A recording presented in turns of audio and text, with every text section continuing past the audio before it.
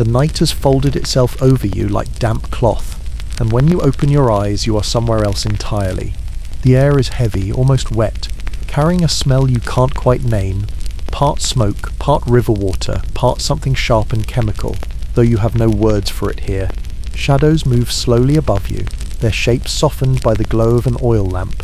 Somewhere nearby, liquid boils in deep, slow bubbles, releasing a sigh of steam that drifts across the rafters like a pale ghost. You can hear the walls breathing, or maybe it's just the wind pushing through cracks in the boards, but the sound is steady, patient, as though it has been here long before you arrived. The floor beneath you is not entirely flat. You feel a slope under your back, a knot of wood pressing against your shoulder. Your clothes cling to you with a faint, sticky dampness, as if they've been soaked and never fully dried. Outside, the world is still asleep, though a faint drip of water somewhere in the dark counts the seconds toward morning. Soon the drum will sound. Soon the vats will begin to boil again. And you, whether you wish to or not, will begin another day in the dye house. For now, let yourself stay here a little longer before the work begins. You wake to the sound of wood creaking under a shifting weight, not from you, but from someone else in the room. The air is thick with the stale perfume of wet cloth, boiled dye, and the faint sweetness of mildew. Your bed, if it can be called that, is a low pallet of warped planks set directly on the floor. Between the gaps, drafts of river-cooled air find their way in, brushing your skin with something colder than the rest of the room. The boards are splintered in places, worn smooth in others where bodies have slept night after night. You've learnt to lie still so you don't catch a sliver in your hip. Beneath the thin cotton mat you can feel the unevenness of the wood. A raised knot here, a hollow dip there, the edge of some old nail that never quite flattened. The mat itself is barely thicker than the cloth you wear, and it smells faintly of iron from the dried sweat and dye that have sunk into it. There is no pillow. If you're lucky, you bunch your outer robe beneath your head, but tonight it has slid away in your sleep, lying in a dark heap by your knees. The room is small, perhaps no more than 3 long steps across, and it is shared. 2 others lie on their own mats, bodies turned away, faces pressed into the shadows. One breathes heavily through his nose. The other is so still you sometimes wonder if he is even awake when morning comes. The space between you is narrow enough that you could reach out and touch either of them without stretching. You never do. Somewhere near your head, a drop of water falls at regular intervals into a shallow basin. The slow, patient rhythm of a leak that has been there longer than you.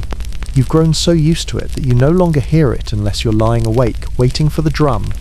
Your blanket is not really a blanket at all, but a faded bolt of cloth that failed inspection weeks ago. Its dye is uneven, streaked in places where the pigment bled too quickly. When you first wrapped yourself in it, the fabric left faint blue shadows along your forearms and neck. Now, after so many nights, your skin has taken on the same tired hue no matter how many times you wash. The air here is never entirely still. Even with the shutters closed, the wind pushes its way in through unseen gaps. It smells of river mud and smoke from the night fires still burning in the workshop. Sometimes, if you wake too early, you can hear the faint lap of water against the dye house's wooden pilings, the steady breathing of the river that carries the silk here and away again. It is not a place for dreams. If you dream at all, you rarely remember. More often you wake as if no time has passed at all.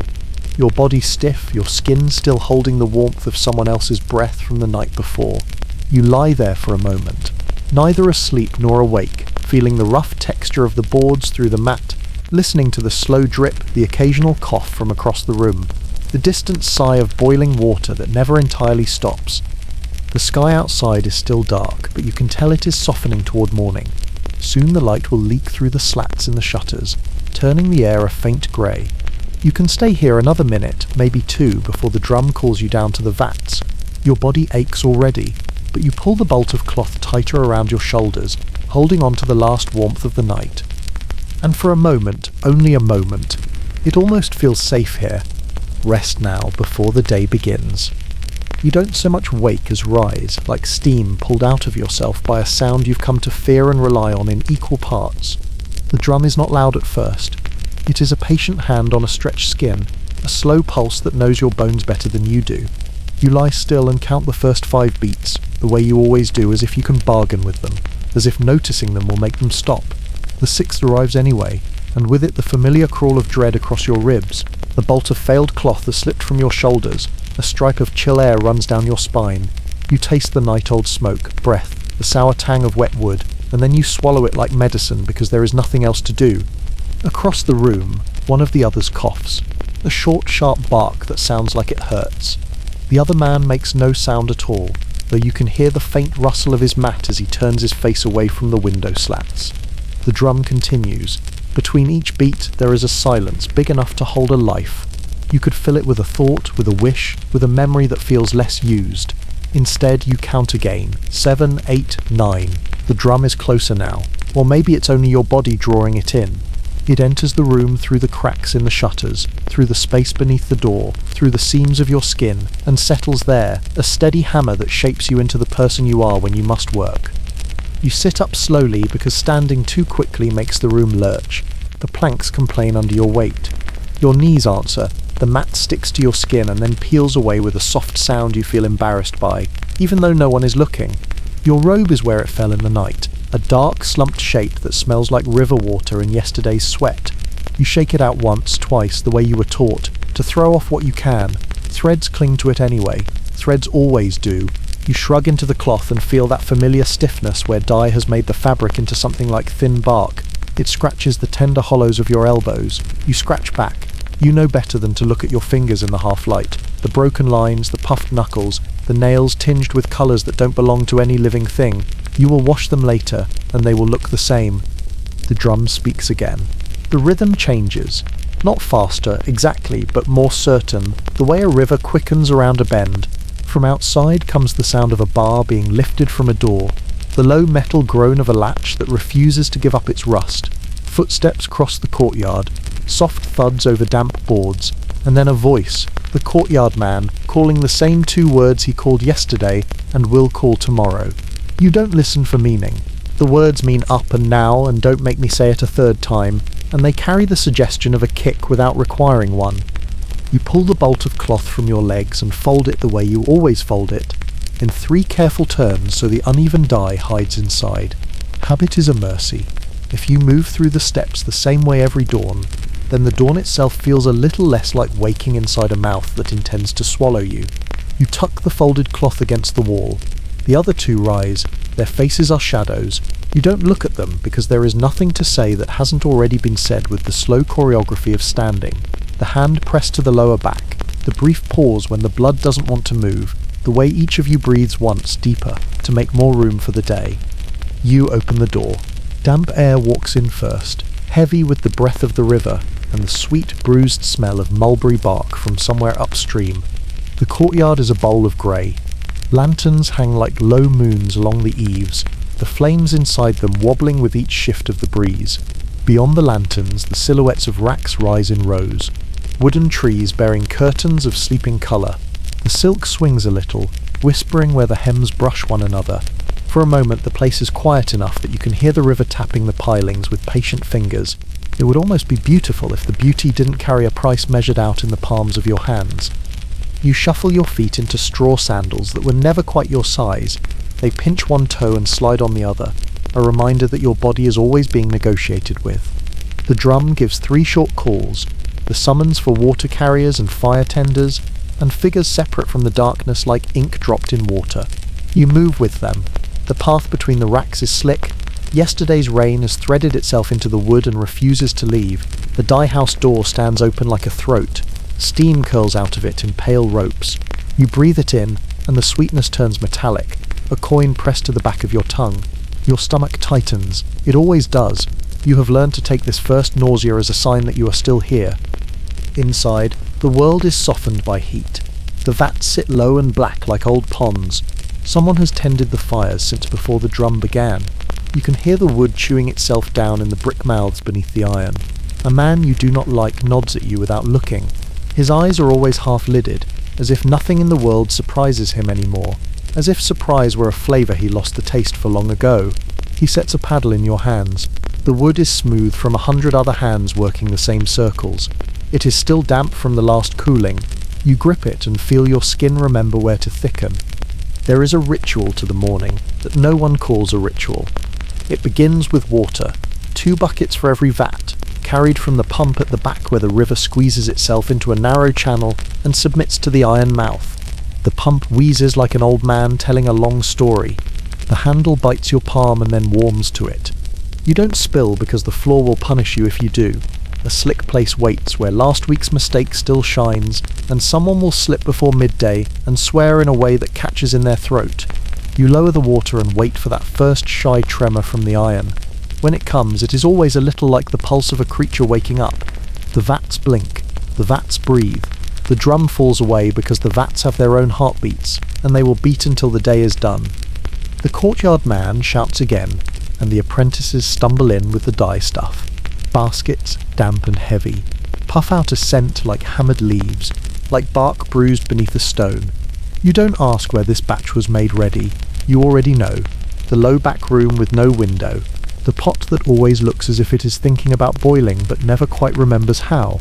Someone will have coughed there all night, sitting on a crate, stirring with slow resentment, listening to the clock that isn't there. You take a basket and feel the sting where the plant juices find the cracks in your fingers. You pour the mash into the vat, and it goes with a sound like thick rain. Steam rises, tasting of green things dragged through dirt. The colour is not there yet, not the true colour, just a bruise in the water, something that wants to be more. You lift the paddle and begin the circle. Always the same circle, always the same ache, unfurling from the base of your thumb to the meat of your shoulder. The circle writes itself into you. If your bones were to speak, they would say only this shape. You stir and count, not in numbers but in breaths, because numbers make the day measurable, and you have learnt that measurement is a kind of cruelty. The overseer passes and pauses behind you. You can feel the stop in the air, the way a bird's shadow crosses your face even when your eyes are closed. He waits long enough to make sure you know he is waiting. You keep your pace. The paddle drags, lifts, drags. The overseer continues, satisfied or merely bored, which in this place are close cousins. Someone laughs. It is a short, surprised sound, cut off quickly. The laugh of a man who saw something almost funny and then remembered where he was. The slap of wet cloth follows, and a muttered curse. You smile against your will. Even here, the body reaches for whatever scraps of light it can find. You hoard yours, a sparrow that has learned the trick of flying through the rafters without scorching its feathers on the steam. The way the silk catches a colour you've never seen on a living thing and holds it without shaking. The sound of rain on the roof when everyone else is too tired to notice. The drum outside quiets to a low presence, a reminder rather than an order. Morning deepens. The lanterns gutter. Someone opens a shutter and the light that slips in is the colour of old rice. You dip your paddle and watch the surface break and mend. Break and mend, a wound that knows how to close over itself. The heat climbs into you. It fills the pockets of your clothes, settles in the bend of your knees, presses the sweat out through your scalp. Not yet noon, and already the room smells of boiled people. You make a private joke of it, and let the ghost of a smile live in the back of your mouth. If your mouth is busy with that, it has less room to remember thirst. A boy bumps your hip with a coil of silk and mutters a sorry that is mostly breath. He is new enough to still be embarrassed by mistakes. You take the coil and let it slide through your damp hands, feeling for the catch where threads have knotted on themselves like nerves. You loosen it in 3 places, patient as if you were apologizing to the cloth for what the day will do to it. You lower the first length into the vat. The water welcomes it with a small roar, a sound too big for the thing that made it. You hold on to the coil as it drinks.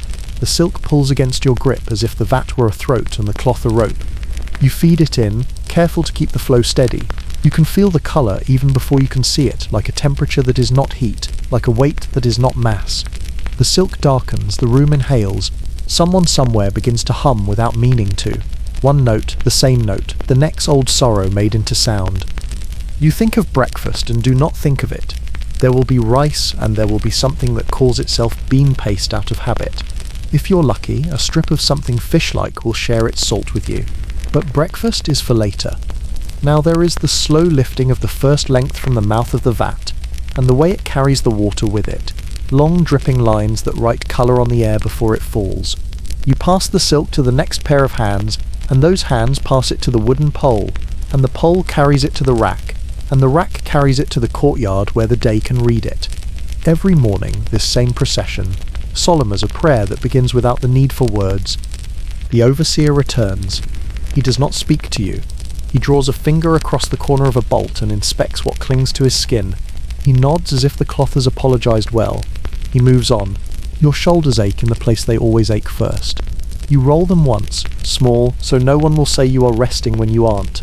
The boy watches you, learns the roll, tries it in his own small body. The motion looks like hope. You want to tell him that hope has its uses, but not the ones he thinks. You say nothing. You dip the next length. Outside, the drum goes still. In its place, the courtyard takes up the morning's rhythm.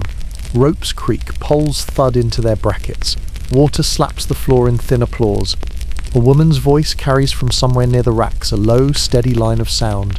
Neither song nor speech, as if she is reminding the air how to hold itself together.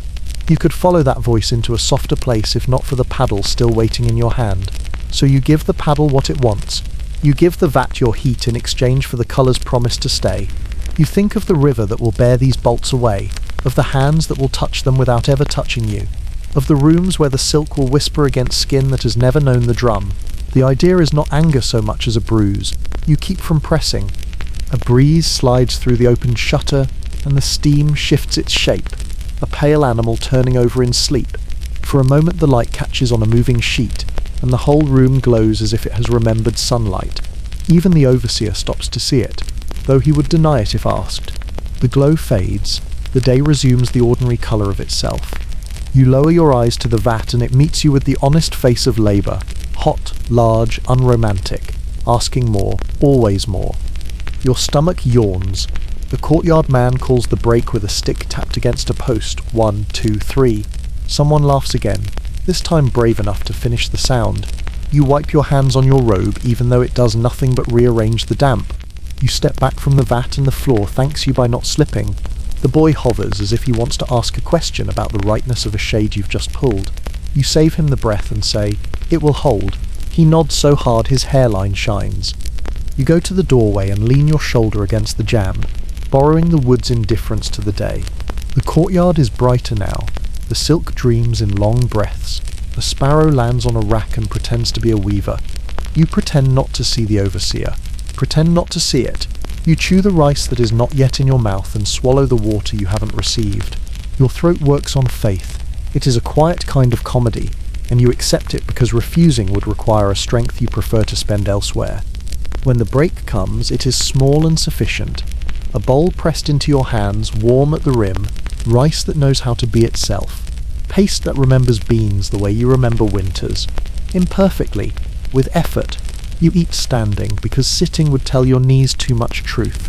The boy eats quickly and then more slowly when he notices you do not rush. The woman with the steady voice passes by, sets a small pickled thing in your bowl without meeting your eyes. You do not thank her aloud. You tilt the bowl in a way that says it anyway. Her mouth bends at one corner, as if it is practicing how to be a smile when it grows up. The drum, merciful for a few minutes, is only a memory vibrating in the timber. You let the sound fade, you let your jaw loosen, you let your shoulders forget the circle. It is not peace, not exactly, but it's close enough to carry the name for a moment. You hold it like a spare coin you aren't sure you'll need. And then the break ends, as all good counterfeits do. The courtyard man taps the post. A small rain begins somewhere out of sight. The silk shifts, alive with the day. You set the empty bowl aside and take up the paddle that knows you, and the morning returns to its old argument with time. It is only then, as you step back to the vat, that you realise the drum has done its job too well. It has woken the house, the river, the steam, the silk, the ache in your arms, and the thin place in your chest where breath goes in and out like a discouraged bird. But it has also woken the part of you that can stand here and keep standing, the part that can lift and lower, circle and circle, count not the hours but the quiet between them. The part that will still be standing when the sun slides off the roof tiles and the fan-tailed bats begin to write their small evening letters on the sky. You lift the paddle. You begin again. The morning drum is only a sound, after all.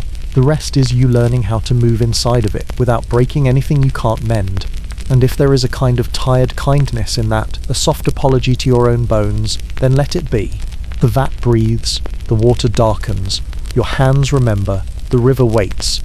Take one more breath, just here at the lip of the day. Let it fill your sore places with whatever passes for light in this room. Let it go. The drum has quieted. your workers not. But for this breath, for this single patient turn of the paddle, you may rest now, just for a moment, before the colour takes you.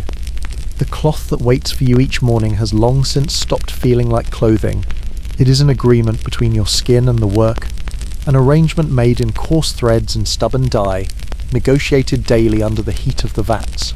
You lift it from its peg and the weight surprises you again, as if overnight it learned a new heaviness. The robe is cotton, but only in the sense that a bucket is wood. It has been soaked, boiled, wrung and dried so many times that the fibres have forgotten softness. They hold themselves stiffly now, as if they've been told too often to behave. You shake the robe out once, and it sends a faint dust of dried pigment into the air. It catches the light in tiny motes like a muted snowfall that will leave your lungs aching if you breathe too deeply. The sleeves are wide enough to drag over your wrists, but the edges are frayed in places where threads have pulled away from the seam. You notice a new tear on the left cuff, thin as a cut from a blade, though you don't remember making it. The tear will widen with the day, the way all tears do here.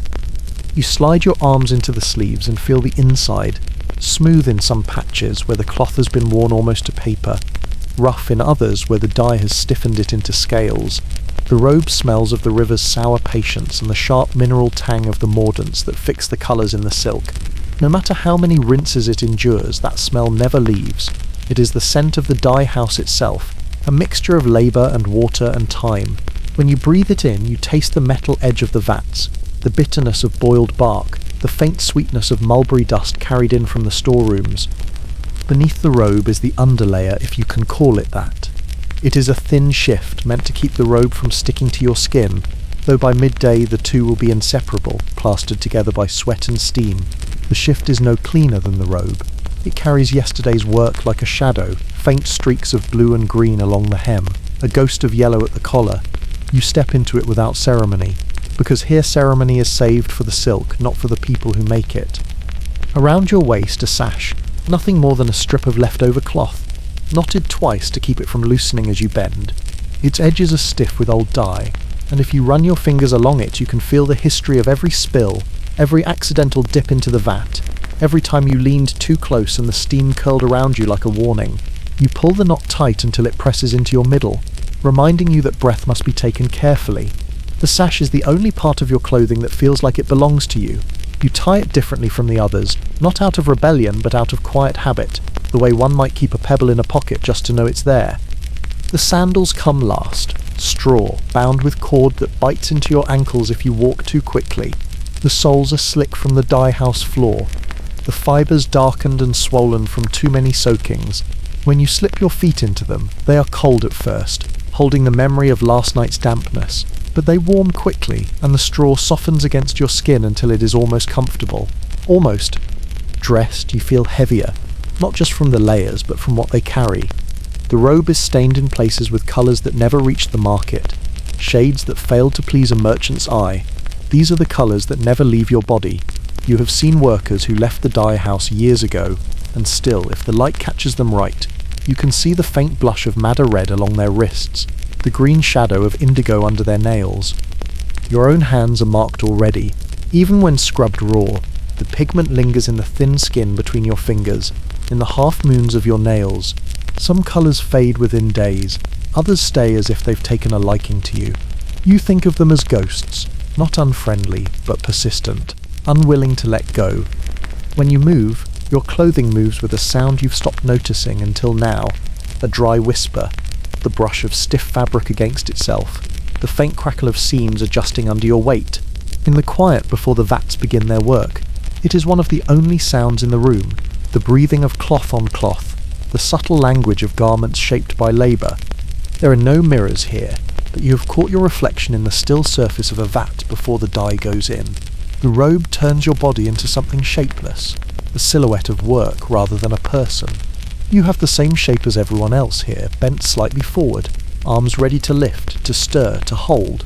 In the sheen of the water your face was blurred by steam, the colour of your skin dulled by the dim light. It was a strange relief to see yourself without the detail, to know that in this place detail belongs to the silk alone. Stepping outside in your work clothes, the morning air presses against you differently than it did in your sleeping robe. The fabric traps the warmth of your body. but it also traps the damp, so you feel both at once heat on your back, chill along your chest.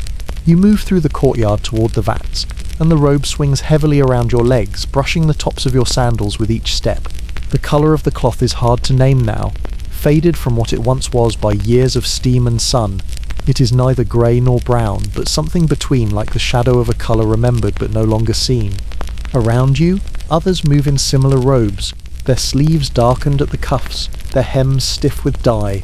You could tell them apart by the way they tie their sashes, by the way they fold the edge of the sleeve back or leave it hanging. These are the small signatures you carry when the work has stripped away everything else. By the time you reach the vats, your clothing has already begun to cling.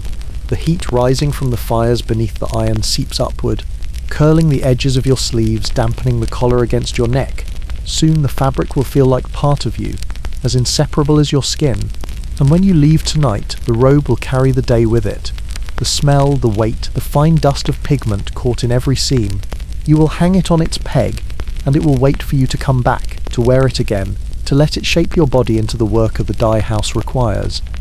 And when you close your eyes, long after the day's labour has ended, you will still feel its weight on your shoulders. You will still hear the dry whisper of fabric moving in the quiet, and you will know, even in sleep, that tomorrow you will put it on again. For now, though, let it rest against you, warm and familiar, as the day begins to turn its first wheel. The first breath you take outside is always different from the last one you took indoors. Inside, the air is heavy and old, a stew of steam, ash, and the damp breath of the sleeping. Outside, it has space, it moves, but here in the dye house courtyard, even space carries weight. You step out beneath the wooden eaves, and the cold air folds around you like wet silk. The scent of the river comes first, riding low to the ground, thick with mud and slow-moving water. Beneath it, a sharper tang, the faint iron bite of tools that have been left to rust and then rinsed clean by the morning dew. But the smell that sits above them all is the dye, bitter leaves, fermented bark, the faint sourness of something boiled down too long. Even before the vats are lit for the day, the ground remembers. Your lungs notice before you do. They seize a little, as if unsure they want this, and then they make peace with it the way they always do, pulling the air in with a reluctant steadiness. You've learnt not to fill them too quickly, to let the breath slide in instead of grabbing it, to keep the cough at bay until your body forgets it was ever tempted. The sky is a pale, unfinished thing. It hangs low over the roofs of the dye house, still carrying the last dull silver of night. Clouds are stitched loosely across it, their undersides the colour of old rice paper. In the east there's a hint, not yet a promise of warmer light to come. You stand for a moment under the eaves, letting the faint drizzle of mist settle into your hair, into the folds of your robe. The droplets bead along the stiffened cotton before sinking in, tiny cold coins against your skin. The courtyard is already alive, though it makes no sound yet that could wake a sleeper. Men and women move along the narrow plank walkways between the drying racks, their footsteps muffled by the soft give of wood dampened by rain. From somewhere near the storeroom, a low, steady thud marks the rhythm of a mallet shaping new vat lids. In the far corner, a boy is coiling rope, his hands moving without thought, the hemp shedding pale dust into the air. Steam is rising from the first vat, now not yet thick, but curling in gentle threads that drift across the courtyard before thinning into the sky. The breath of the dye house itself. It smells faintly sweet, like boiled roots, but underneath is a note you can never quite name, metallic, green, and strangely hollow. It settles in your nostrils and clings to the back of your throat, and you know you'll taste it again at midday when you drink your water. You start walking, the sandals gripping unevenly against the slick boards. The hem of your robe catches the moisture from the walkway and grows heavier. You pass one of the drying racks empty for now, its long horizontal poles darkened with years of steam and sun. You touch one lightly as you pass, feeling the faint grain of the wood under your fingers, polished smooth in places where silk has been draped and removed countless times. It is warm, though no sun has touched it yet. The heat lingers from yesterday's work, trapped in the dense heart of the beam. You take another breath, slower this time. The courtyard smells layered, river, wood, steam, the faint musk of damp fabric, all laid one atop the other like silk bolts stacked in a storeroom. Each scent claims its own place, and you take them in the way you take in the work itself, without judgment, without question. In the far distance, the city is waking. You hear it in the muffled roll of cartwheels over stone, in the faint clink of metal from the blacksmith's lane, in the sudden burst of laughter from someone too far away to see. The sound doesn't reach here in full. It arrives softened, as if it has passed through layers of cloth before finding you. Still, it is enough to remind you that there are streets beyond the dye house, that life exists outside these walls. You pause at the edge of the river dock where the dye house meets the water. The river is slow this morning, its surface carrying the dull gleam of the clouded sky. You can see faint ripples where something, a fish maybe, or a drifting stick, disturbs its skin. The water smells alive in the way only moving water does, its scent sharper than the stagnant pools that hide in the city's alleys. But even here the dye finds its way. Faint stains feathering out from where rinse water was poured the day before, a pale halo of colour spreading and fading in the current. You breathe again, deeper this time, letting the river's dampness coat your throat. The air is cool, and it stirs the loose strands of hair at your temple. You close your eyes for a moment and feel the day shifting around you. The faint heat from the fires under the vats building, the quiet steps of workers moving into place, the soft metallic clink of paddles resting against the iron rims. When you open your eyes, the mist is thicker. The sun is somewhere behind it, but the light is diffuse, spilling across the courtyard in a dull, even wash. You take one last breath before the work begins in earnest. It fills you the way it always does, with the knowledge that the air will not taste this free again until nightfall. And then you turn back toward the vats, the paddle waiting, the breath already fading into the steam. Carry it with you while you can. The vats breathe before you do. You can hear them from halfway across the courtyard, the low, wet sound of water shifting in its iron belly, the occasional sharp hiss as a bubble bursts at the surface and lets go of its heat. They are older than you, older than the overseer, older perhaps than the building that houses them. Each one sits low to the ground, broad and blackened, its rim polished smooth by decades of hands resting there between stirs. The fires beneath them have been burning since before the drum sounded, tended by the men whose job it is to coax the day into flame before anyone else stirs from the mats. The air inside the dye room is heavy with steam, thick enough that the beams above vanish into it, their edges softened like brushstrokes in a painting left in the rain. The floor is slick and stained, the wood dark with old water and splashes of colour that no scrubbing will remove. Even the air seems tinted, though the colour changes depending on what the vats are drinking that week. Madder reds, indigo blues, the pale gold of gardenia blossoms, each bleeding faintly into the mist. You stand before your vat and feel its warmth reach you before you touch it. It radiates upward from the bricks, sliding into your knees, loosening them against the morning chill. You lean over and the heat rises into your face, filling your eyes with sharp wetness. The surface shifts slowly, turning in on itself, a slow whirlpool made by heat alone. It is not yet ready for silk. The dye has to be coaxed awake, its colours persuaded to leave the safety of the plant and sink deep into the water. The man beside you works a paddle as tall as his shoulder, stirring in long unbroken arcs.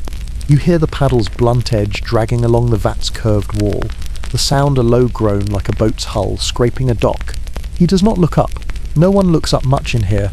The work lives in the hands, not in the eyes. A basket is set down at your feet, wet, heavy, dripping through the slats. Inside is the dye stuff, chopped bark, bruised leaves, fibrous roots that still hold the scent of the earth they came from. You crouch and take a handful, the wetness seeping immediately into your skin, finding the cracks along your fingers. The smell rises sharply, green and bitter, with an undertone of rot where the fermentation has gone deep. You feed it into the vat slowly, handful by handful, watching each piece sink into the steam's haze. The water darkens in stages. At first it is only a shadow in the depths, a cloud that stirs and then disappears. Then, as the paddle moves, the shadow begins to hold, curling into long ribbons that swirl and fold into each other. The smell thickens with it, filling your mouth as much as your nose. You stir until the ache creeps into your shoulders, until the weight of the water feels like it is dragging your arms into the vat itself. The heat works into you as steadily as the dye works into the water. It settles into your palms, seeps through your robe, presses against your spine. Sweat starts at your hairline and slides downward, tracing the curve of your neck before vanishing into the cloth. You can feel it pooling at the small of your back, warm at first, then cooling into an itch you know you won't scratch until the break. Occasionally a bubble rises from the bottom and breaks on the surface, sending a small wave of dye over the edge. The drops hit your robe in dark, irregular spots, each one spreading slowly as the fabric drinks it in.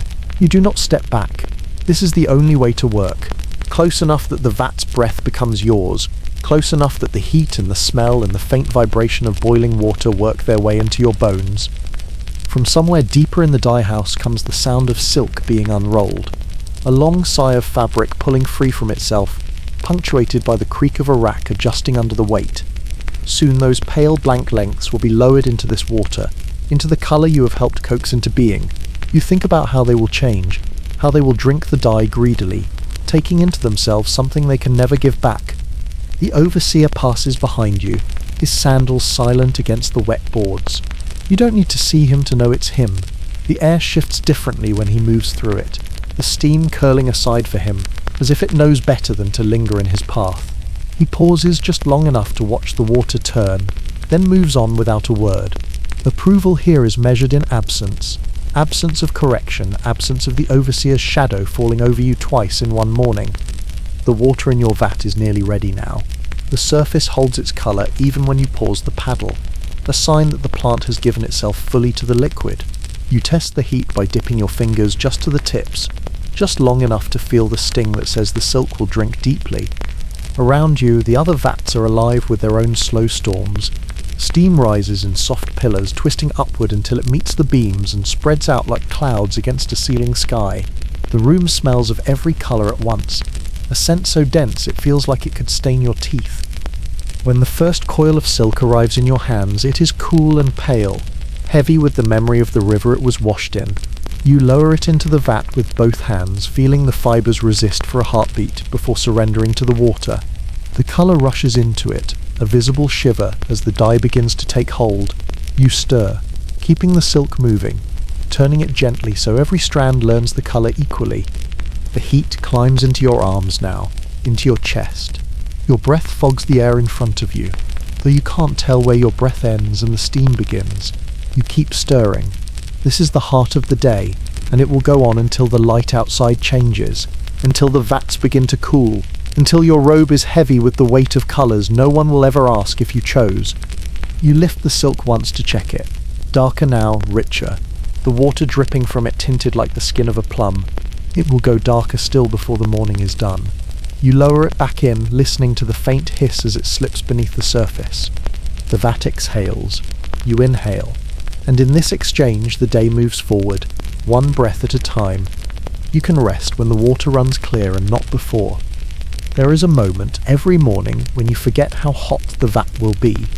Your body remembers the smell, the weight of the paddle, the curve of the rim beneath your palms, but the heat, that always feels new, as if it has been hiding all night just to catch you off guard. You roll up your sleeves. The fabric is reluctant to bend, the creases stiff with yesterday's drying dye, but you push them high enough to bare your forearms. The air above the vat is warm, damp, breathing against your skin like an animal too close to your face. You slide your hands into the water slowly, letting the heat rise up in thin ribbons along your arms before you commit fully. The sting comes first, a tight, sharp warning that makes your fingers twitch, but you hold steady, letting the ache deepen into something duller, more constant. The silk in the vat is heavy, a living weight that drags against you. Its wet coils shift and tighten, wrapping briefly around your wrists before slipping free.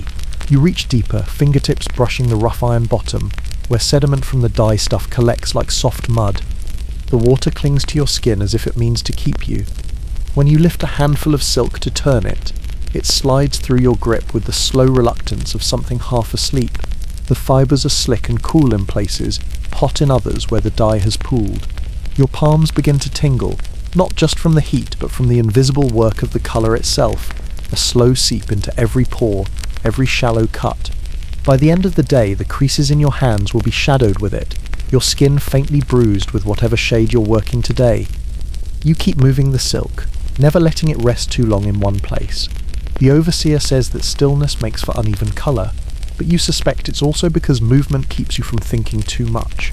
If you stop, even for a heartbeat, the silence will remind you how long the hours stretch between the first coil and the last. The dye has its own texture, invisible to the eye but felt in the water. You can sense the fine grit of crushed plant matter against your fingertips, the faint drag of dissolved minerals that will help the colour cling. The smell rises with each movement, sharper now, almost metallic, as if the water has learned to speak in its own strange tongue. You breathe through your mouth to keep it from settling too deeply in your nose, but it still finds its way in, lodging at the back of your throat. Somewhere nearby, another worker pulls his hands from his vat and shakes them once, hard, as if trying to fling the heat away. Droplets fly, catching in the steam, falling on your arm before they vanish into the sweat already forming there. You don't bother shaking your own hands. The water is part of you now, and you are part of it. The separation was over the moment your skin broke its surface. Your nails are softening. You can feel it when you grip the silk, the slight give, the way the fibres slip under your nails and stay there, invisible until later when you're eating, and a faint taste of the vat returns. No matter how well you wash, you will carry this taste into the night, into your dreams. Sometimes, half asleep, you can feel the weight of silk in your hands again, the endless turning, the low resistance of water against your skin. The boy at the vat beside you glances over, his face red from the steam. He works quickly, too quickly, and you see the silk knot around itself in the water. You reach across with one hand, untangling it in 3 patient motions. He mumbles thanks, but his voice is lost in the bubbling at the centre of the vat. You remember being that quick once before you learnt that haste only stretches the day longer. A bubble bursts near your knuckles, startling you with its sudden heat. Tiny flecks of dye cling to your wrist like freckles. You rub them with your thumb, but they don't fade. Later, when the water cools, they'll darken and spread, sinking deeper into the skin until they're as much a part of you as the creases in your palm. Your forearms ache now from holding them in the water. The muscles pull tight when you lift the silk, then loosen again as it slips back into the vat. There is a rhythm to it. Lift, turn, sink, stir. A pattern so constant it becomes almost soothing if you let your mind drift with it.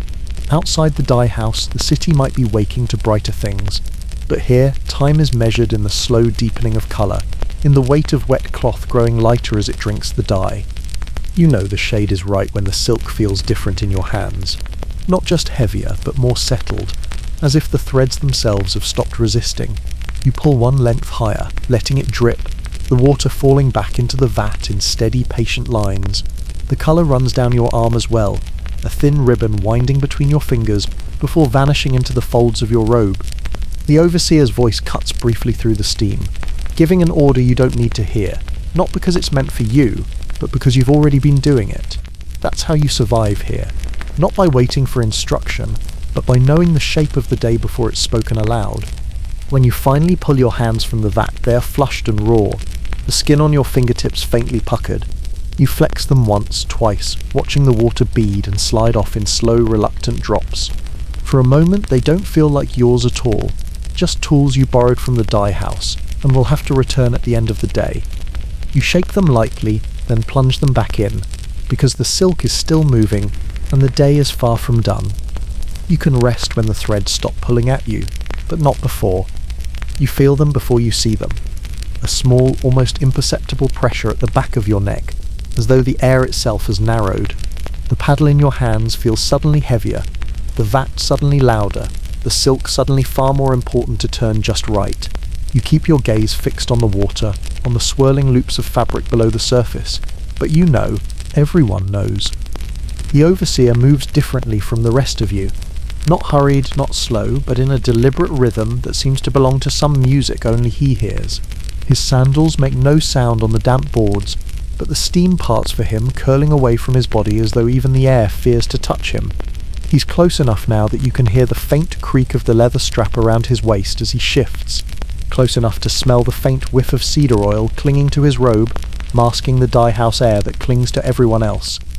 You resist the instinct to glance up. Meeting his eyes is never wise unless he demands it. Those eyes are sharp, but not in the way a blade is sharp. They are sharp like frost, a coldness that spreads into whatever it touches. He doesn't need to speak for you to know he's measuring something. The colour in the vat, the speed of your stirring, the steadiness of your grip, maybe even the set of your shoulders, the angle of your head. He stops behind you.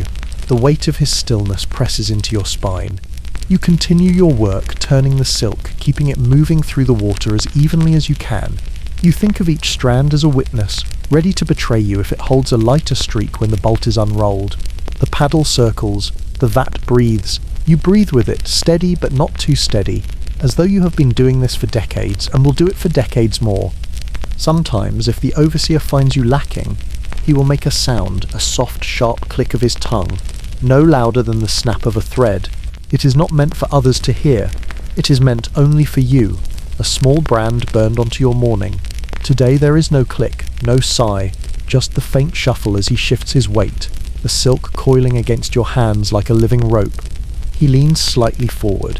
You can feel his breath dry, despite the steam on the side of your neck. A hand appears in the corner of your vision.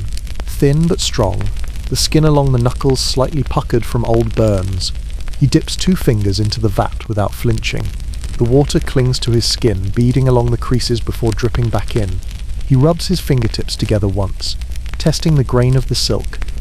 Then, without a word, he lifts the corner of the fabric, just high enough for the light from the open shutter to catch it. The colour is deepening well. You can see it even from here, but whether he approves or not is unreadable. His face does not change. He lets the silk slip back into the vat, the water swallowing it with a sound like quiet applause. He steps away. The steam closes behind him. You hear the faint tread of his sandals crossing the room, stopping again somewhere near the boy at the next vat. The boy's hands move faster. You can tell without looking. The overseer says nothing there either. It's only when you realise you've been holding your breath that you let it go, slow and careful as though he might still hear it. You roll your shoulders once, the motion hidden in the arc of your paddle, and feel some of the tightness leave them. The overseer's eyes are still here though, not physically, but as a memory burned into the back of your skull. They will stay with you through the day, shaping your movements, smoothing the arc of your paddle, guiding the way you lift each length of silk. They will linger even when you close your eyes tonight, in the brief darkness before sleep. And maybe if you are lucky, they will not return tomorrow. For now, keep your head down. The colour is watching too. By the time the overseer's shadow has faded from your vat, the heat in the room has grown into something you wear like another layer of clothing. Your robe clings to your back, damp where the steam has pressed into it all morning. Your hands ache in a way that's no longer sharp, just a steady background hum, the kind of ache that will still be there when you wake tomorrow. The call for the midday break is not a bell or a drum, but the steady tap of wood on wood. 3 knocks against a post in the courtyard, slow and deliberate, the same as yesterday, the same as tomorrow. The sound drifts into the dye house and moves through the steam like an invisible hand parting a curtain. The paddles stop turning one by one. Silk sinks lower into the vats, settling like sleeping animals in their nests. You wipe your hands against the front of your robe, knowing it will do nothing but rearrange the damp. The fabric is already marked from earlier, faint splashes where the dye leapt up in little bursts, each one a stain that will live in the cloth until the cloth itself wears through. You peel the robe away from your chest where it has stuck, and step toward the courtyard. Outside, the air is cooler, but not by much. The sun is only a pale disk behind the haze, and the mist that rises from the river softens the edges of the drying racks. A few workers have already settled in the shade, cast by the overhanging roof, bowls in their hands. The rice in the bowls is white in theory, but even from here you can see the faint colour clinging to it, a thin blush from fingers that have spent the morning in dye. You're handed your own bowl, the wood warm from whatever it held last. Inside is a small mound of rice, sticky and clumped, with a smear of bean paste pressed against one side. Someone has been generous enough to add a single pickled radish, its yellow bright against the duller colours. You sit on the low step near the vat room door, the wood under you still damp from the morning's work. The first bite tastes mostly of your own skin, the faint bitterness of dye you couldn't scrub off before eating. It sits on your tongue for a moment before the blandness of the rice dulls it. The bean paste adds weight, sweet and earthy, though the sweetness fades quickly, replaced by something like soil after rain. You chew slowly, not because you want to savour it, but because you know it will be gone too soon. Around you, the others eat without speaking much. There is the sound of chewing, of rice sticking to the roofs of mouths, of wooden spoons tapping the sides of bowls. A boy wipes his fingers on his robe between bites. leaving faint smears of colour that will darken as the day goes on. The woman with the steady voice, the one who hums as she works, sits 2 steps away, tearing her radish into thin strips with careful fingers before eating them one by one. The overseer eats apart from everyone else, his bowl resting on a clean cloth in his lap. His rice is brighter, untouched by the colours in the vats. You glance at it once, then look away. It is not wise to watch what he eats, or how slowly he does it. You lift another spoonful, and notice the faint stain it leaves against your lips as you eat. By the end of the meal, your fingers will be darker, not from the food itself, but from the way the steam still drifts from the vats, carrying invisible particles that settle wherever they can. You wonder if people outside the dye house can tell just by looking at your hands where you've been. When the rice is gone, you run your finger along the inside of the bowl to gather the last grains. The warmth of the wood seeps into your fingertip. You lick it clean, tasting not just the food but the day so far, heat, dye, sweat, wood smoke. You set the empty bowl beside you and rest your hands in your lap for a moment, feeling the ache settle deeper, now that you've stopped moving. The call back to work is the same as the one for the break. 3 knocks on wood, but sharper now, impatient.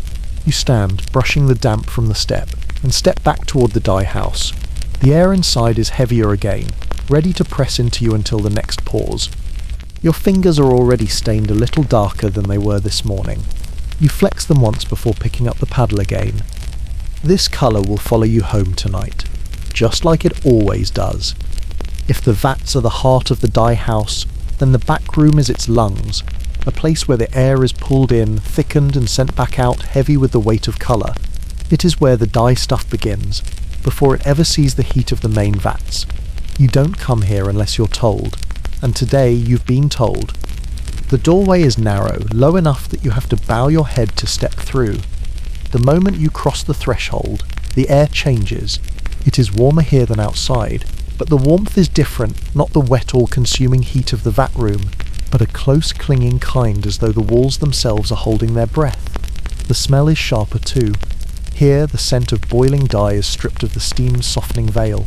You get it in full, the tang of crushed leaves, the bitter earthiness of bark stripped from trees, and the faint sour rot of roots left too long to ferment. The light is dim, filtered through a single shuttered window where slats of daylight cut across the gloom. In the corners, shadows hold fast, moving only when someone passes too close. Your eyes adjust slowly, revealing what you already knew would be here. Low tables stained with decades of work, baskets lined with cloth and filled with wet plant matter. And in the centre, the small iron cauldrons where the first colour is coaxed from the raw material. A man sits on a stool beside the nearest cauldron, his back curved like the handle of a ladle. He is stirring with slow, patient movements. The wooden stick in his hand darkened nearly black from years of this same motion. His face is damp with sweat, but his eyes never leave the surface of the water. You know his role: to keep the colour moving, to keep it from burning or clumping before it can be poured into the larger vats. You're handed a basket, its bottom lined with heavy cloth. Inside is a mound of dye stuff waiting to be crushed. The plants are wet, their green already dulled to brown from soaking. You kneel beside a low block of stone and begin pressing the heel of your palm into them. They give way with a soft squelch, releasing more of that bitter, sharp smell into the air. The liquid that seeps out is dark and sticky, clinging to your skin as you work it deeper into the cloth. The sound in here is quiet, but it's not silence. There's the slow bubbling of the cauldrons, the occasional creak of the stool as the man shifts, the faint slap of plant matter being moved from one basket to another. Somewhere behind you, water drips steadily into a bucket, each drop a patient reminder of time passing. Your hands grow slick with juice, the skin along your fingers tightening as it dries in patches. You keep working until the plant fibres are reduced to a wet pulp, then gather it up and carry it to a waiting cauldron. The steam rises to meet you, warmer now, and when you tip the mash in, the surface of the water shivers before swallowing it whole. The man beside you gives a single nod, nothing more. Here, a nod is worth more than words. The back room is stifling, but you notice things here you don't notice in the main vat hall. The way the colour in the cauldron changes shade with each turn of the stirrer. The way the liquid clings to the rim before sliding back down. The way the heat feels different when it's just beginning to shape the dye instead of working it into the silk. There's no urgency here, only persistence. When your part is done, you set the empty basket aside and wipe your hands on a rag, so stiff it might as well be another piece of wood. The stains on your skin are deeper now, your fingertips tinged in a shade you can't name but know you'll be carrying for days. You step back toward the door, and the change in air hits you again. The faint breeze from the courtyard feels almost cold after the breathless heat inside. The main vat room waits ahead, the rhythm of paddles and steam ready to pull you back in. The back room will keep working without you. It always does. Its lungs never stop.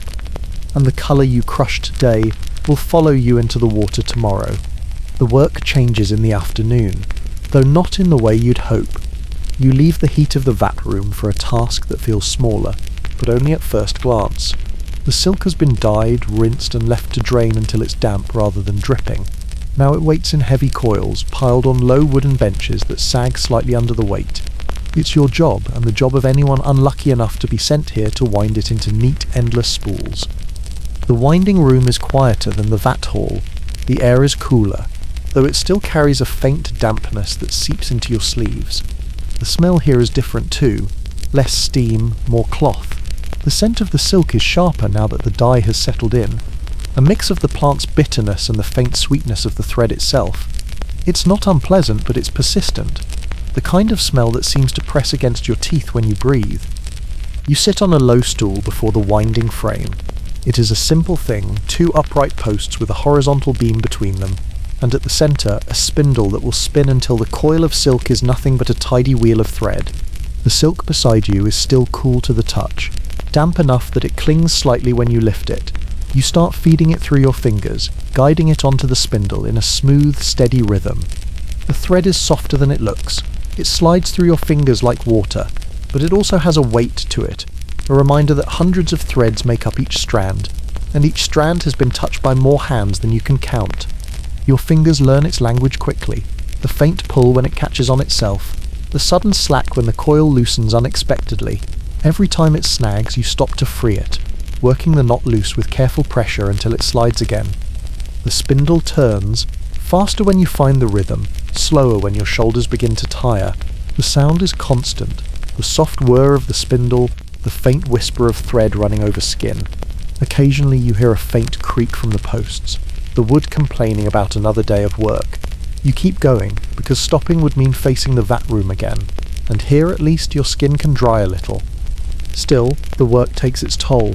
The thread leaves faint grooves along your fingers, pressing into the skin where it passes over the same place again and again.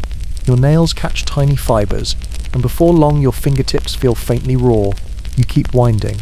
The coil beside you shrinks in slow, steady circles, but there is always another waiting to take its place. From the corner of your eye, you can see the other workers bent over their own frames. No one talks much. Conversation would mean losing count of the turns, and while the overseer doesn't watch this room as closely, he notices mistakes all the same. The silence here isn't unfriendly. It's the kind that comes from knowing everyone is carrying the same invisible weight. Occasionally, a thin shaft of sunlight slips through the shutters and lands on the thread as it spins, turning the colour warmer, making it almost glow. In those moments you can almost forget how the silk began, raw, pale, anonymous, and how the colour was beaten into it. You see only the shine, the promise of something fine, something far removed from this room. Then the light shifts, and the thread is just thread again. Your back aches from the slight forward lean, your wrists from the constant guiding motion. Still the spool grows, layer upon layer, each turn burying the last until you can no longer see the point where you began. There's something quietly merciless about it, the way it swallows your time without ceremony. When the first spool is full, you slip it free and set it gently in a shallow basket lined with cloth. It sits there, perfect and self-contained, as though it arrived in the world that way. You know better. You reach for the next coil, and your hands find the rhythm again.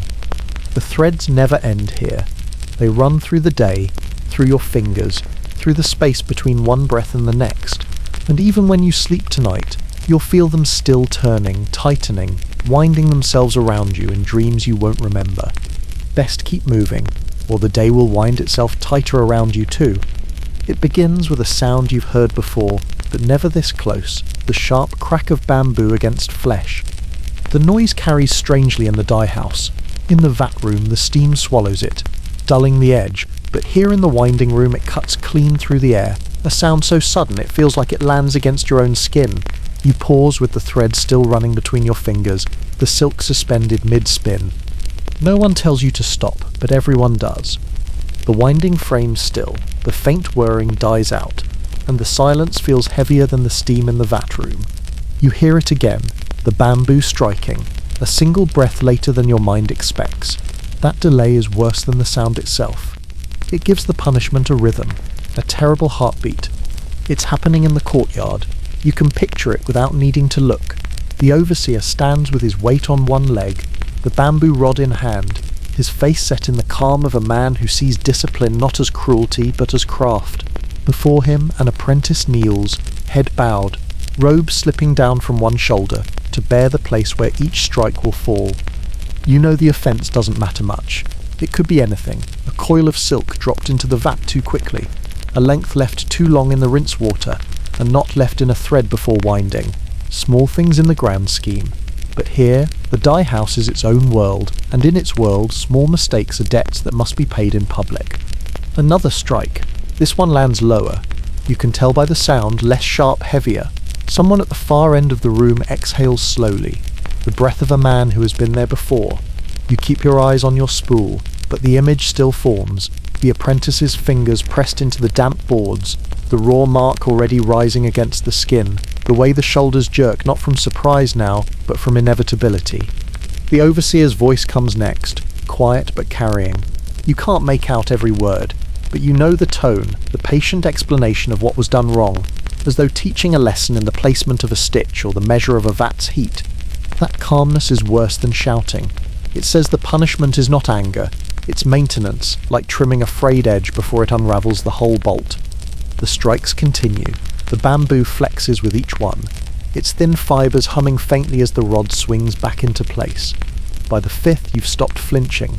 By the seventh, your hands are moving again, feeding the silk through your fingers because the overseer will notice if the work stops for too long.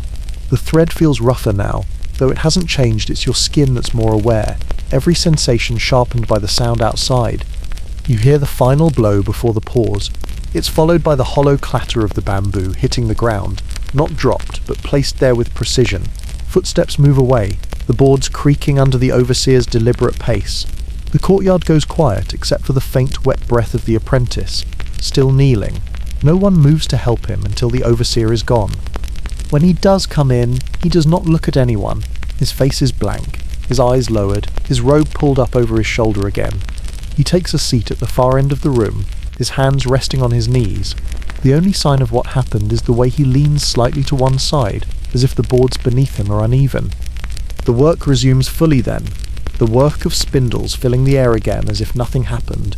But the rhythm is tighter now, the movement's cleaner. The overseer doesn't have to watch this room for the rest of the afternoon. His lesson is still moving through every pair of hands here. You guide the thread over your fingers, careful not to let it twist, careful not to let it slip. The spool fills evenly, without gaps, without flaws. Outside, the courtyard is silent, and you know that silence will hold at least until the next mistake. Best keep the thread smooth. The bamboo waits for no one. It begins with the smell. The vats have been cooling for less than an hour when the first drops hit the roof. Quick and scattered, tapping against the warped boards like impatient fingers, the sound deepens as the rain gathers strength, finding the seams in the dye house and slipping through in narrow glistening threads. One lands on your wrist as you're carrying a coil of damp silk toward the racks. It's cold, startling after the day's constant heat, and it leaves behind a clean metallic scent that doesn't belong here. The courtyard transforms quickly. The boards darken as water runs along the grain, pooling in shallow dips before spilling over the edges into the dirt below. The air smells alive, river, wet wood, the sharp green of soaked leaves, but the dye clings even here. The rain doesn't wash it away so much as coax it to the surface, bleeding faint halos of colour from the racks where silk is already hanging. You work more slowly in the rain. Not because the overseer allows it, he doesn't, but because every movement demands more care. The silk is heavier now, drinking in both the water from the vats and the rain from the sky. When you lift it, it sags in your hands, its weight stretching the fibres. The colours shift under the grey light. deepening in places, softening in others, each bolt holding its own small storm. Some dyes run more than others.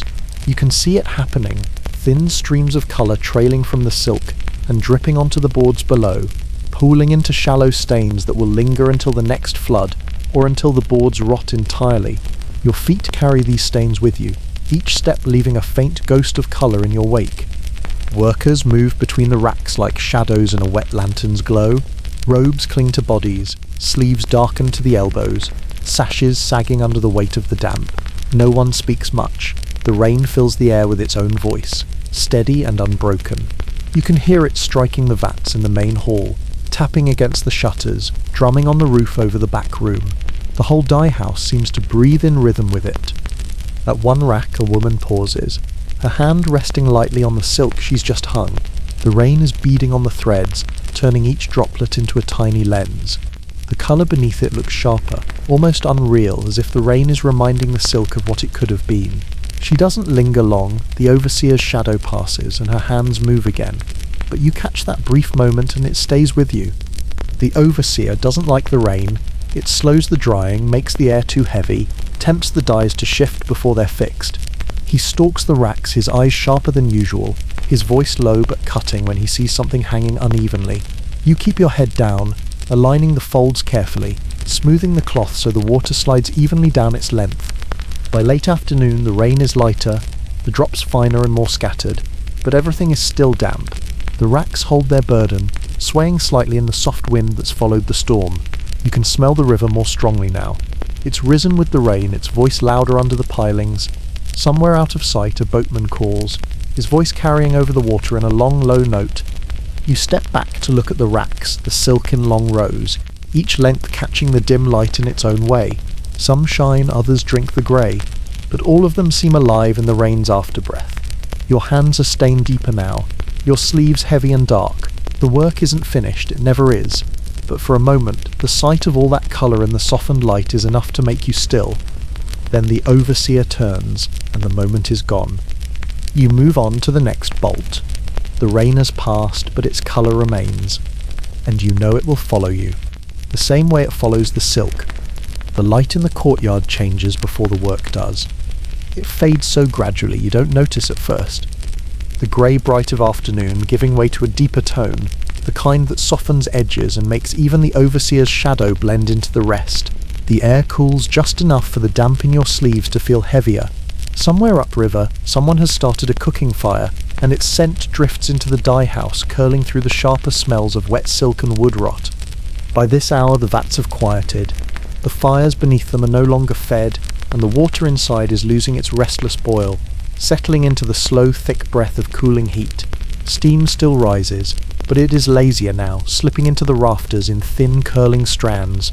The paddle in your hands feels heavier for no reason except that you know you will put it down soon. That knowledge changes the weight of things. Outside, the racks are full, each length of silk heavy with the day's work. The colours are darker in the evening light, indigos that look almost black, reds that deepen toward brown, golds muted to the shade of old coins. Some lengths sway faintly when the breeze pushes through the courtyard, and for a moment they could be the banners of some forgotten army, hanging in quiet surrender. Smoke rises from the far side of the building where the scraps are burned, the trimmings of cloth too uneven to sell, the frayed threads swept from the floor, the bits of dye stuff that have given all their colour and have nothing left to offer. The smoke is thick and sweet at first, then bitter, the scent of work turned to ash. It drifts low before climbing, brushing past the drying racks so that even the finished silk carries its ghost. You pause at the edge of the racks, your hands empty for the first time since morning. The boards beneath you are slick in patches, the damp from the rain still trapped in the grain. You shift your weight and hear the wood creak softly, not in protest, but in the way an old thing speaks when it thinks no one is listening. The air tastes of smoke and steam, and the faint metallic tang of the river's breath.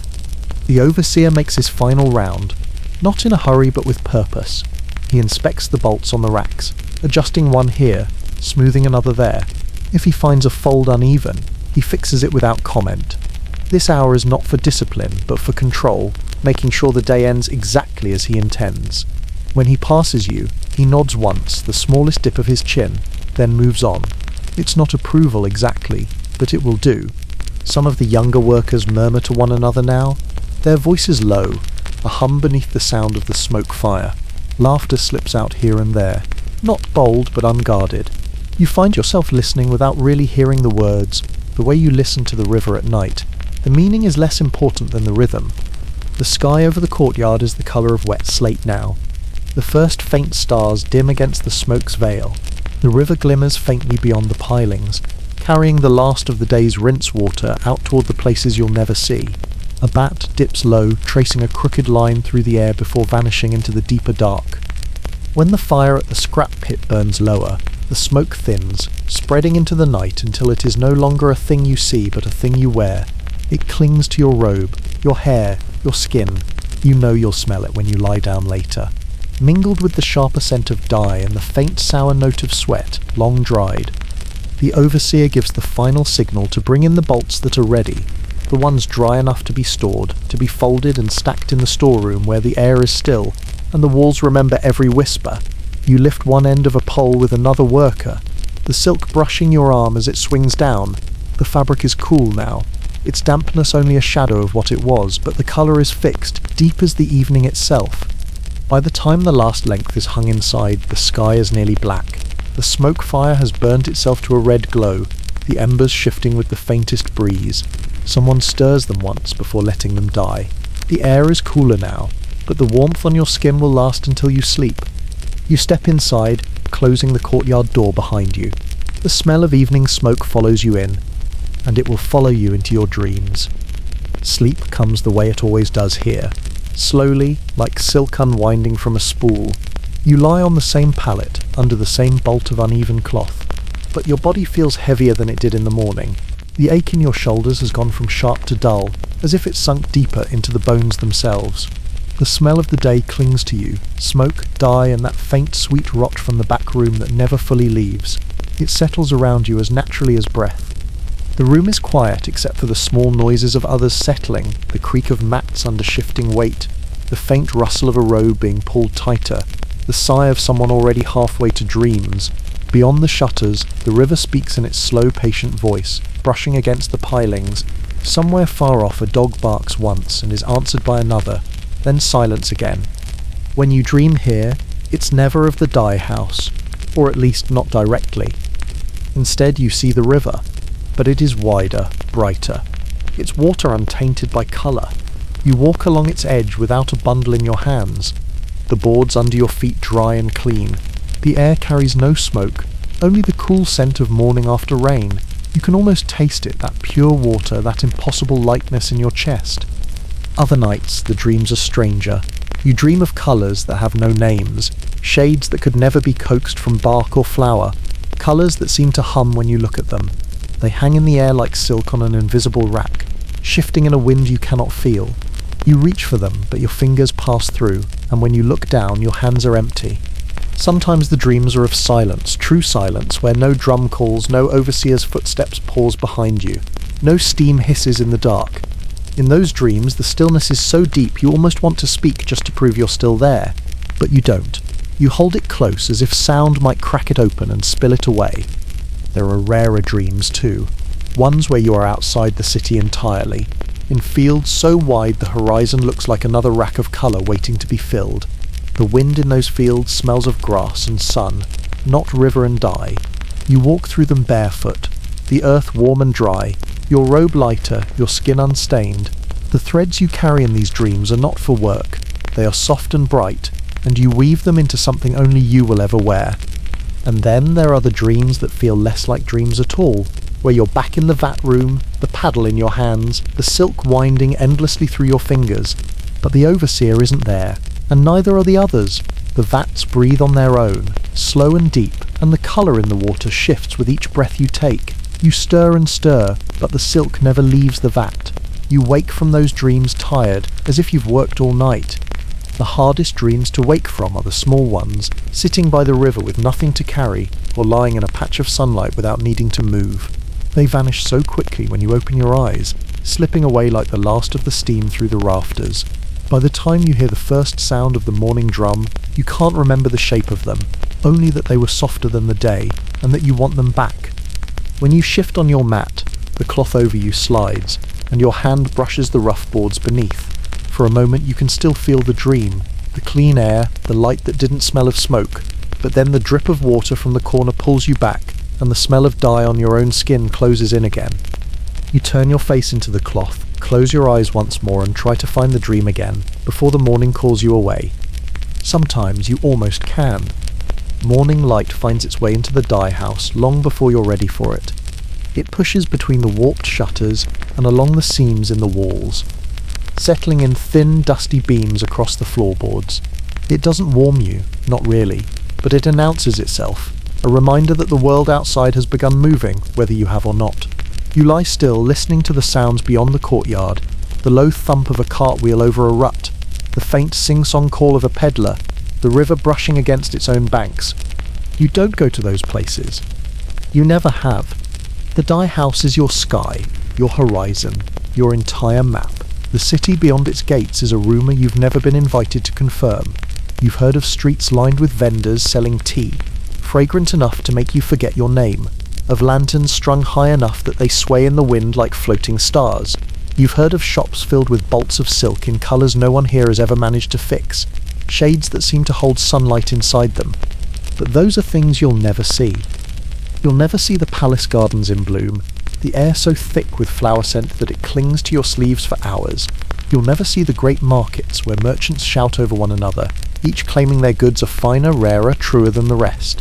You'll never see the high terraces where wealthy hands unfurl silk for guests to admire, letting the fabric billow in the wind like a captured cloud. You'll never see the faces of the people who wear the cloth you've helped dye. Their fingers will trail over it, their eyes narrowing or widening at the depth of its colour, their mouths forming words you'll never hear. They'll never think of you. To them, the silk is born perfect, as if it spun itself into beauty without fire or water or hands. And the river, the one you stand beside every day, you'll never see where it begins, high in the hills where the water is cold and clear, or where it ends, spilling itself into the sea. You'll never see the sea itself, never smell its salt or hear its endless breathing.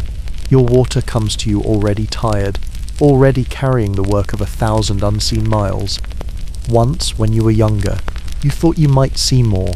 You imagined leaving through the dye house gates, following the road past the market stalls, past the shouting boatmen, past the edge of the city itself, but the road was always further away than it seemed, and the vats were always waiting, and no one here leaves without being sent. So the world remains a collection of fragments, overheard stories, second-hand smells carried on the wind, glimpses of strangers' robes as they pass the gates, pieces that never fit together into something whole. Still, sometimes in the few minutes before sleep, you let yourself imagine it. The palace garden, the market's noise, the sea, the colours you've never worked with, the ones you couldn't name even if you saw them. In the dream, you reach for them, and they do not pull away. But the morning drum always comes, and the drum has no interest in the things you'll never see. Better to keep your eyes on the work in front of you. The rest belongs to someone else. By the time the last vat cools, the day has already taken more from you than you can measure. Your arms are heavy, your hands stained deep into the skin, your robes stiff with the salt of dried sweat and the faint crust of dye that clung there hours ago. The silk you've touched, turned, lifted, rinsed, wound, now hangs far from you, neat and silent, its colours already shifting in the dim light of evening. Soon it will be folded, stacked and carried away. When it leaves, it will not remember you. Nothing here remembers you for long. The boards beneath your feet have felt 100 sets of footsteps just like yours. The paddles you use have been held by so many hands that they no longer belong to anyone. Even the vats, black and breathing in the half-dark, keep no account of who fed them their colours and who merely passed through. The work is the same no matter who stands at the rim. What you leave behind is not your name. No one will carve it into the beam above your mat or scratch it into the underside of a rack. Names here fade faster than stains in sunlight. What remains is the silk itself, though even that is only a half-truth. The bolts will travel far, crossing roads you've never walked, rivers you've never seen, into hands that will never imagine the dye house they came from. They will be cut, sewn, and draped over shoulders that have never known this heat, these smells, this ache. In the end, the silk will outlive you, but it will carry nothing of you that can be recognised. The stains on your hands will fade eventually. The small callus at the base of your thumb will smooth out. Your place on the mat will be taken by someone else who will breathe the same air and hear the same drum and feel the same slow grinding passage of days. Even the overseer, sharp-eyed and unbending, will one day be replaced, his shadow falling away from the racks without anyone remarking on it. What you leave behind is smaller than you once thought it would be. Maybe just the memory of the way a bolt of silk shone in the morning light after the rain, or the sound of the vat's breath in the hour before the overseer arrived, or the rhythm your hands found when the thread ran smooth, unbroken for a whole spool's length. Small things that no one else notices, but which for a moment made the work feel like it belonged to you alone. There's a comfort in knowing the dye house will go on without you. The same comfort there is in knowing the river will keep moving even when you are gone, that the colours will still be coaxed from bark and leaf and root, still fixed into silk that will outlast the memory of the hands that shaped it. The work doesn't need you, but it takes you all the same. At night, when you lie back on the thin mat and listen to the slow drip of water in the corner, you understand you are not meant to leave a mark here. You are meant to keep the marks from showing at all. The silk must look effortless when it leaves, as if it was always meant to be what it is. And when the last of you is gone, the skin sloughed away by heat, the smell of dye scrubbed from your hair, the calluses worn smooth, the work will have taken all it needed. The silk will remain, your hands will not. What you leave behind will never know your name, and maybe that is enough. The dye house sleeps differently than it works. In the day, it breathes hard and wet, every corner steaming, every sound pressed close. But at night, the air loosens. The vats go still, their wide mouths cooling under the dark. The boards underfoot stop creaking. Even the river outside moves more softly, as if it too is tired from carrying the day's weight away. You sit in the courtyard longer than you should, your robe still damp at the cuffs. The drying racks are mostly empty now, the last of the silk brought in and stacked in the storeroom. Without them, the courtyard feels larger, the air easier to walk through. The sky above is a deep, muted blue, and the first few stars are faint enough that you wonder if they're real or just tricks of your eyes. Smoke from the scrap fire lingers, though the embers are long gone to ash. It drifts low, mingling with the smell of wet boards and the faint ghost of the day's dye. Somewhere on the far side of the wall, someone laughs, a sharp, brief sound that disappears before you can decide whether it belonged to someone from here or the street beyond. When you finally stand, your knees are slow to straighten. The weight of the day follows you inside, into the long, narrow room where the mats are laid in 2 rows. The others are already there, some curled under their bolts of cloth, some lying flat on their backs with eyes closed, hands resting on their chests as though in waiting. The dim lamplight throws the same shadows it did last night, and the night before, and every night since you came here. You lower yourself onto your mat, the wood beneath it, pressing into your shoulder the way it always does. The bolt of uneven cloth is cool against your skin. Somewhere close, someone shifts in their sleep. Farther away, the steady drip from the corner marks the slow passing of time. Your hands lie open on your chest. The stains are darker tonight than they were in the morning. The creases in your palms holding the day's work as if unwilling to let it go. You close your eyes, and for a moment you can still feel the silk sliding over your fingers, hear the soft hiss of it sinking into water, smell the steam rising around you. Tomorrow will come the same way it always does, with the drum, with the heat, with the weight of silk waiting to drink its colours, and you will rise to meet it, the way you always do. For now, the dye house breathes slow and quiet. No overseer's shadow, no drum, no paddle in your hands, only the steady night and the faint hum of the river beyond the walls. No one remembers your name here. The silk won't carry it, the river won't speak it. But tonight there are no wolves at the door, no cold in your bones. You've survived another day. Sleep now,